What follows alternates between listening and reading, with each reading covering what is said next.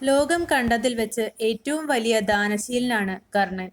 ജീവൻ നഷ്ടപ്പെടുന്നതിന് കാരണമാകുമെന്നറിഞ്ഞുകൊണ്ടു തന്നെ ജന്മനാ ഉള്ള കവചവും കുണ്ടലവും ദാനം ചെയ്യാൻ കർണൻ തയ്യാറായി.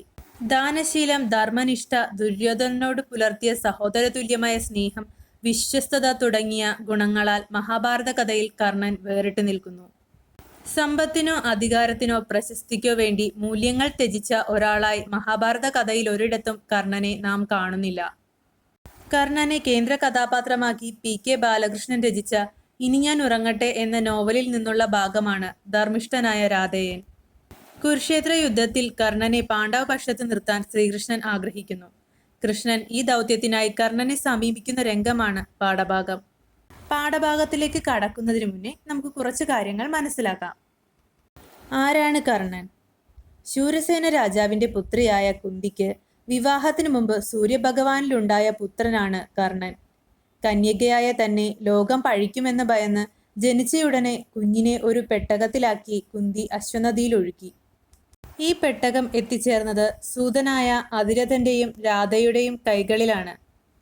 അങ്ങനെ കർണൻ അതിരഥന്റെയും രാധയുടെയും പുത്രനായി വളർന്നു. ഇനി കർണന്റെ സ്ഥാനാരോഹണം എന്താണെന്ന് മനസ്സിലാക്കാം. ദ്രോണർ പാണ്ഡുപുത്രന്മാരെയും ധൃതരാഷ്ട്രപുത്രന്മാരെയും ആയുധവിദ്യ അഭ്യസിപ്പിച്ചതിനു ശേഷം അവരെ നൈപുണ്യങ്ങൾ പ്രകടിപ്പിക്കാനുള്ള അരങ്ങേറ്റത്തിന് സജ്ജരാക്കി. രാജകുമാരന്മാർ തങ്ങളുടെ വൈദഗ്ധ്യങ്ങൾ പ്രകടിപ്പിച്ച് എല്ലാവരെയും അത്ഭുതപ്പെടുത്തി. കൂട്ടത്തിൽ ഏറ്റവും തിളങ്ങിയത് അർജുനനായിരുന്നു. അവിടേക്ക് വന്ന കർണൻ അർജുനനുമായി ദ്വന്ദ്വയുദ്ധം ചെയ്യാൻ ആഗ്രഹം പ്രകടിപ്പിച്ചപ്പോൾ അതെങ്ങനെയെങ്കിലും ഒഴിവാക്കണമെന്ന് പാണ്ഡവരോട് പക്ഷപാതമുള്ള ആചാര്യന്മാർ നിശ്ചയിച്ചു. ദ്വന്ദ്വയുദ്ധത്തിന്റെ മുറകളിൽപ്പെട്ട ഒരു കർമ്മമാണ് സ്വന്തം വംശത്തിന്റെ നാമം വെളിപ്പെടുത്തിക്കൊണ്ടുള്ള വെല്ലുവിളി. സ്വന്തം വംശമേതെന്ന് വെളിപ്പെടുത്താൻ കർണനോട് കൃപർ ആവശ്യപ്പെട്ടു. സൂതപുത്രനായി വളർന്ന കർണൻ പറയാൻ മറുപടിയില്ലാതെ വിഷമിച്ചു. ഈ അവസരത്തിൽ കർണന്റെ അഭിമാനം സംരക്ഷിക്കാൻ ദുര്യോധനൻ മുന്നോട്ട് വന്നു. അവിടെ വെച്ച് കർണനെ അംഗരാജ്യത്തിലെ അധിപതിയായി അഭിഷേകം ചെയ്തു. ഇനി പാഠഭാഗത്തിലേക്ക് കടക്കാം. കുരുവംശജാതന്മാർ തമ്മിൽ കൊന്നൊടുക്കി ഒന്നാകെ നശിക്കുന്ന യുദ്ധം ഒഴിവാക്കാൻ കൗന്ദേയനായ കർണന് മാത്രമേ കഴിയൂ എന്ന് കൃഷ്ണൻ കർണനോട് പറയുന്നു. കൗന്ദേയൻ എന്ന വാക്കുകേട്ട് കർണൻ ഞെട്ടി. കർണൻ സൂതവംശജനല്ല, അതിരഥന്റെയും രാധയുടെയും പുത്രനല്ല, കുന്തിയുടെ മൂത്ത പുത്രനാണ്, പാണ്ഡവരുടെ ജ്യേഷ്ഠനാണ് എന്ന രഹസ്യം ആ സന്ദർഭത്തിൽ കൃഷ്ണൻ വെളിപ്പെടുത്തുകയായിരുന്നു. കർണൻ കുന്തിയുടെ പുത്രനും പാണ്ഡവ സഹോദരനുമാണെന്ന രഹസ്യം വെളിപ്പെടുത്തി കർണന് രാജപദവി ഉൾപ്പെടെയുള്ള വാഗ്ദാനങ്ങൾ ശ്രീകൃഷ്ണൻ നൽകുന്നു. മനോവേഗത്തിൽ പായുന്ന രഥത്തിൽ ഒരുമിച്ചിരുന്ന് സജ്ജനങ്ങളായ പാണ്ഡവരുടെ സങ്കേതത്തിൽ ചെന്നിറങ്ങാമെന്ന് ശ്രീകൃഷ്ണൻ കർണനോട് പറയുന്നു. കർണൻ യുധിഷ്ഠിരന്റെ സ്വന്തം ജ്യേഷ്ഠ സഹോദരനാണെന്ന് അങ്ങനെ അവരും ലോകവും അറിയും. പാണ്ഡവർ 5 പേരും ജ്യേഷ്ഠനായ കർണനെ ആദരിക്കും. ദ്രൗപദിയുടെ 5 മക്കളും അർജുനപുത്രനായ അഭിമന്യുവും കർണന്റെ മുമ്പിൽ സാഷ്ടാംഗം നമസ്കാരം ചെയ്യും. കർണന്റെ പാദധൂളികൾ ശിരസിലണിയും. പാണ്ഡവപക്ഷക്കാരായ സമസ്ത രാജാക്കന്മാരും ജനങ്ങളും പാണ്ഡവജ്യേഷ്ഠനായി കർണനെ പൂജിക്കും. പാർശ്വത്തിൽ പട്ടമഹിഷിയായ ദ്രൗപദിയുമൊത്ത് സിംഹാസനാരൂഢനായിരിക്കുന്ന കർണന്റെ ശിരസിന് മുകളിൽ യുവരാജാവായ യുധിഷ്ഠിരൻ വെൺചാമരമുയർത്തി നിൽക്കും. ഭീമസേനൻ കർണന്റെ സിംഹാസനത്തിനു പിന്നിൽ നിന്ന് വെൺകൊറ്റക്കുട പിടിക്കും.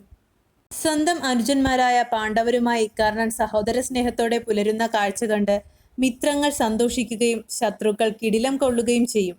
സഹോദരന്മാരാൽ പരിസേവിതനായി അവകാശപ്പെട്ട സിംഹാസനത്തിൽ കർണൻ അമരുന്ന കാഴ്ച ഏവരും കൺകുളിർക്കെ കാണട്ടെ എന്നും കൃഷ്ണൻ പറയുന്നു.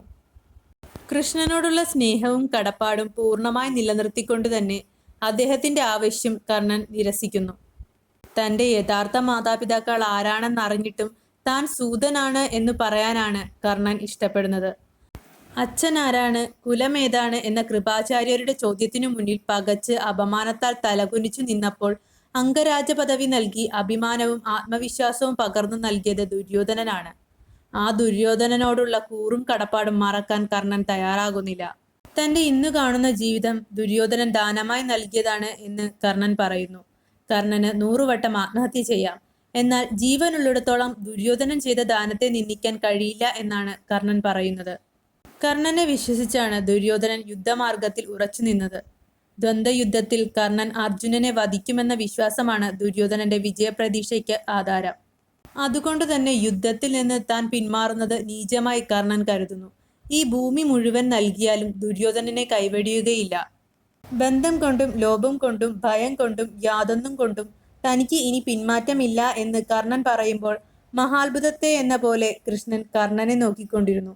യുദ്ധത്തിൽ അർജുന ശരമേറ്റ് താൻ എന്നു ഭൂമിയിൽ വീഴുന്നുവോ അന്നാണ് പാണ്ഡവർ യുദ്ധം ജയിക്കുക എന്നും കർണൻ പറയുന്നു.